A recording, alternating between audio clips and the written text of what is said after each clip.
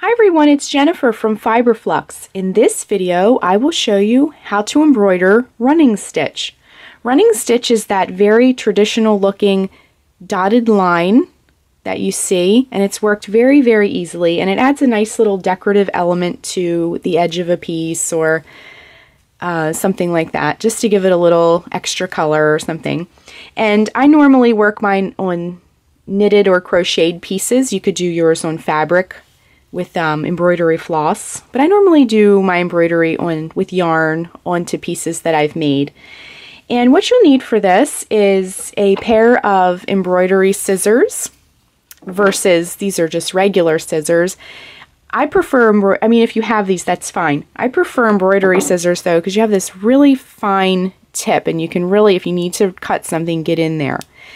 You'll also need some tapestry needles if you are working with yarn. If you're working with embroidery floss, you'll need embroidery needles. You can find all of this at the craft store or fabric store. And here's just a few I have. This is a smaller metal one if you're using a thinner yarn. This is a larger metal needle. We'll be using this one today. And here's a plastic one. And basically, when you're looking for your tapestry needle, or yarn needle as some people call it, you'll want to make sure that the eye of the needle is going to be large enough to accommodate the yarn. I prefer to use the metal. This is my own personal preference, but I like how it's very rigid. Some people like a little flex when they're working. I like the sturdiness of the metal needle, but it's a personal preference. I just wanted to point that out. So to make our running stitch, what we're going to do is we're going to thread our needle just like this, so it has a little tail, just like that, and we'll work ours along this bottom edge here. So what you want to do is you want to come up from the back, and you can use your stitches as a guide. Here I kind of went in between each single, this is a piece of single crochet fabric, so here I went kind of in between each single crochet and it kept everything nice and uniform.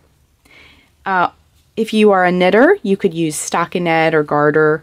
I find the best results for embroidery come with a denser, less holey fabric.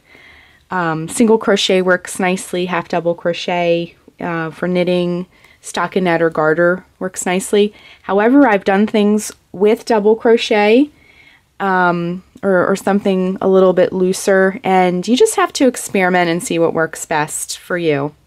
So we've come up from the back here. Next we're going to go down and up, down and up, down and up, all the way across. If you look closely, you can see my needle already kind of looks like some running stitch. Then you're going to just pull it through like that. And that is your running stitch. Let's do a couple more here. We're going to go down and up, down and up, down and up.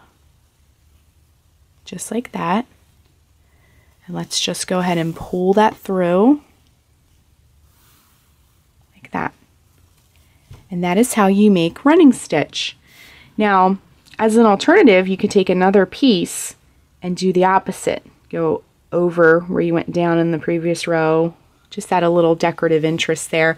When you're finished, you want to end by going down and finishing so that the working piece of yarn is on the back.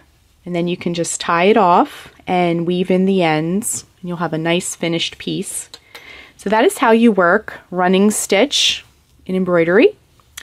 And we also have a video if you want to learn how to do back stitch.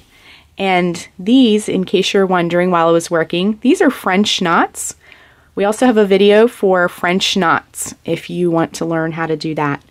So thanks so much for watching. That is our running stitch tutorial. And be sure and click the red subscribe button to get all the latest Flux video updates. Thanks so much.